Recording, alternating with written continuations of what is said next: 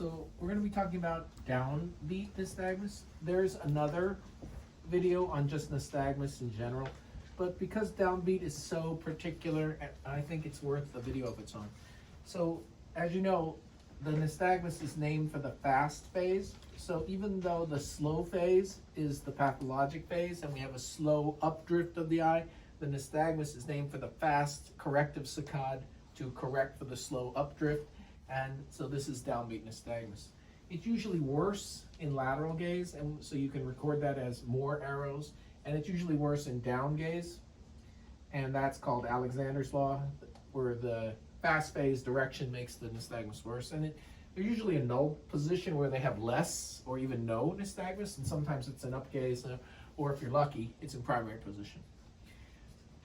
When you're dealing with downbeat nystagmus, it's pretty much a central problem. So as you know, you can have a central versus a peripheral vestibulopathy, and that's because the input for the control mechanisms through the superior vestibular nuclei come both from the flocculus, which is the cerebellum, and also from the semicircular canals to tell your eyes to counterroll in response to head rotation. So we both have peripheral vestibular and central vestibular input to the superior vestibular nuclei, and the central vestibular input is mediated in the paramedian part of your brainstem, and that paramedian tract in your brainstem communicates with the granular cells in the cerebellum as well as the Purkinje cells in the cerebellum.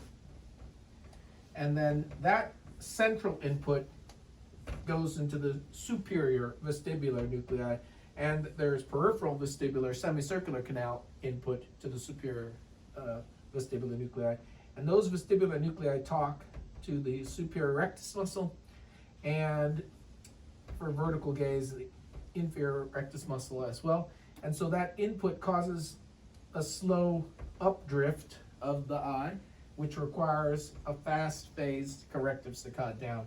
So if you block the paramedian tract, PMT, and the paramedian brainstem, you will get loss of the inhibitory signal, which will cause firing of the superior rectus muscle, which causes the pathologic updrift.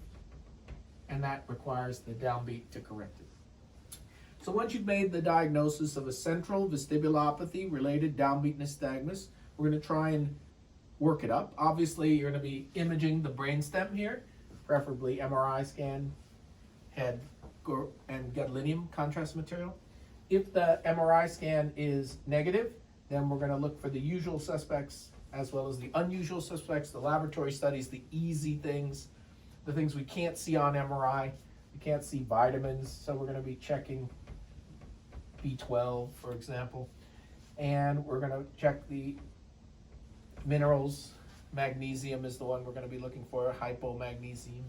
We're going to be looking for antibodies, both regular autoimmune antibodies, and the one you need to know about is GAD, glutamic acid decarboxylase. GAD is involved in the production of the inhibitory neurotransmitter GABA, and so when you lose the inhibition, again, the same problem, nystagmus.